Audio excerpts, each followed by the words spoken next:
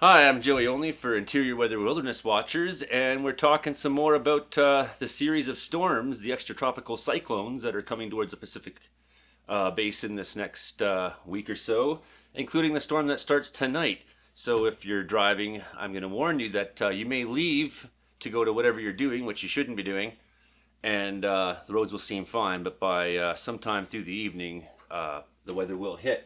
This is planet Earth, and here you can see these extratropical or lows that are swirling around up here, and there's this nice. They're bringing this nice hook of moisture all the way up from the Pacific Ocean. It's going to just keep hammering at Vancouver. When that comes, they'll get the worst of it first. Overnight, though, we'll see very strong winds along the coast. These little bars represent 40 knots, winds at 40 knots. So sometime by midnight to early morning, big snow is going to move in. Talking a little bit more about this weather system way out in the ocean that I call the Aleutian attack. And we see how it's spinning out there with really large wind speeds. And I just wanted to show you something, and that is the waves that are being generated. So these white areas represent 30-meter waves. And we can see that there's areas within that are even higher. Now, why is that interesting? Because as this main one unfurls early next week on Monday or so, some of that very heavy and powerful waves and wind are going to be slamming Vancouver Island. It's going to be quite a show. And here's back to the wind diagram. It just sort of gives you an idea of how that's going to play out.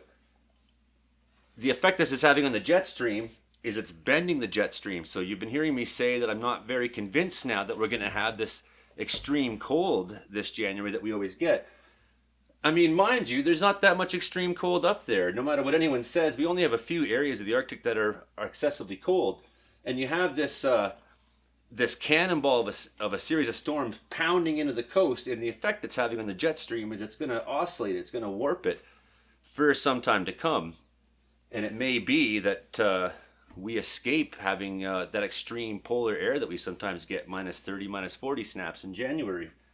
I sort of liken it to this poor bugger here. He's, let's call him the Arctic air mass, and his skin is the jet stream, and Vancouver Island's about in his belly button, and that cannon is just smashing into him, and it has that effect. It's going to push him back. It's just physics. I'm just not convinced we're going to see deep cold. We may see a lot of snow, though. So we'll see you in the new year. I hope everyone stays safe.